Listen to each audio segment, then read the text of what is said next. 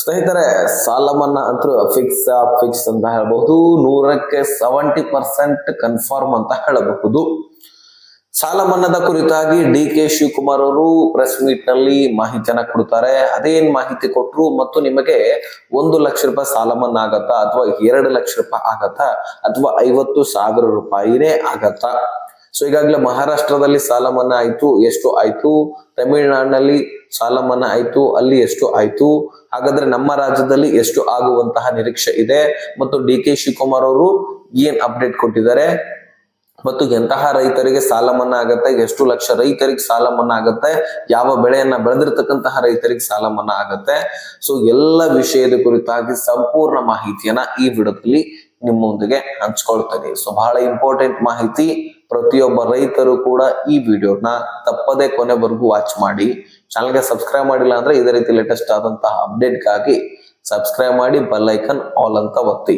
ಸ್ನೇಹಿತರೆ, ರೈತರು ಬಹಳ ದಿನದಿಂದ ನಿರೀಕ್ಷೆಯನ್ನ ಇಟ್ಕೊಂಡಿದ್ರು ಸಾಲ ಮನ್ನಾ ಆಗತ್ತೆ ಅಂತ. ಯಾಕಂದ್ರೆ ಬಹಳ ವರ್ಷದಿಂದ ಸಾಲ ಮನ್ನಾ ಆಗಿರ್ಲಿಲ್ಲ ಮತ್ತು ರೈತರು ಒಂದು ಕಡೆ ಹೋದ ವರ್ಷದಲ್ಲಿ ನೋಡಿದ್ರೆ 4ರಿಂದ 5% ಅಷ್ಟು ಹೆಚ್ಚಿನ ಮಳೆ ಆಗ್ಬಿಡುತ್ತೆ. ದಿಢೀರನೆ ಮಳೆ ಆದ ಕಾರಣಕ್ಕಾಗಿ ಕೆಲವೊಂದಿಷ್ಟು ಕಡೆ ಪ್ರವಾಹ ಕೂಡ ಬಂತು, ಕೆಲವೊಂದಿಷ್ಟು ಬೆಳೆಗಳ ನಾಶ ಆಯ್ತು. ಸುಮಾರು ಹೋದ ವರ್ಷದ ಮಾಹಿತಿ ಪ್ರಕಾರ 30,000 ಹೆಕ್ಟರ್ ಅಷ್ಟು ಭೂಮಿಗಳು ನಾಶ ಆಗಿರೋದು ಸರ್ಕಾರದ ಗಮನಕ್ಕೆ ಬಂತು. ಆ ಒಂದು ಪರಿಶೀಲನೆಯ ಬಗ್ಗೆ ಸರ್ಕಾರವೇ ಖುದ್ದಾಗಿ ಮಾಹಿತಿ ಕೊಡುತ್ತೆ.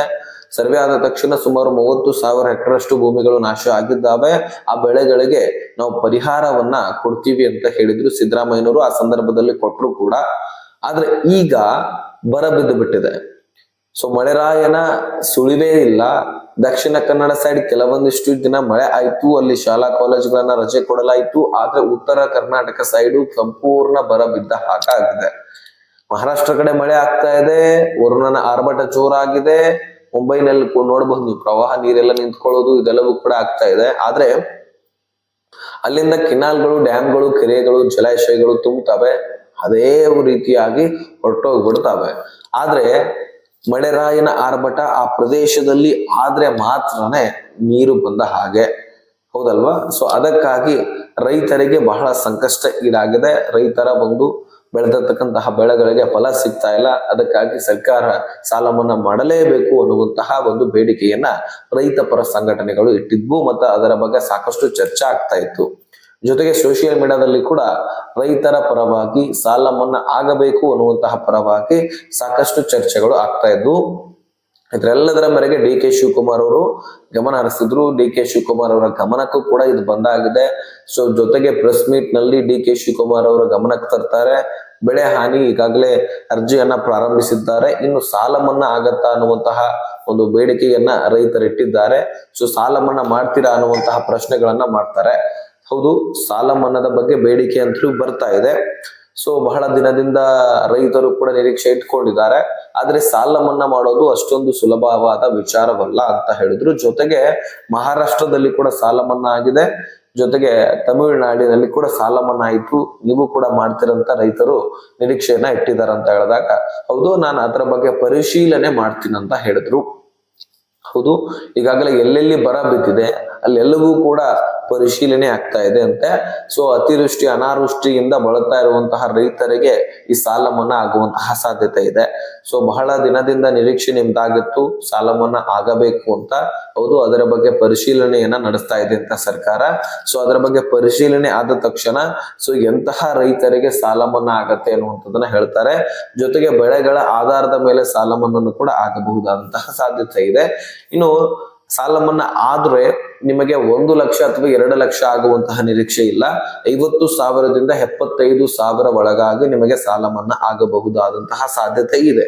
ಇಲ್ಲಿ ಕೆಲವೊಂದಿಷ್ಟು ರೈತರು ಏನ್ ಹೇಳ್ತಾ ಇದ್ದಾರೆ, ನಮಗೆ 50,000ನಾದ್ರೂ ಸಾಲ ಮನ್ನಾ ಆಗ್ಲಿ, ಒಟ್ಟಾರೆಯಾಗಿ ಆಗ್ಲಿ.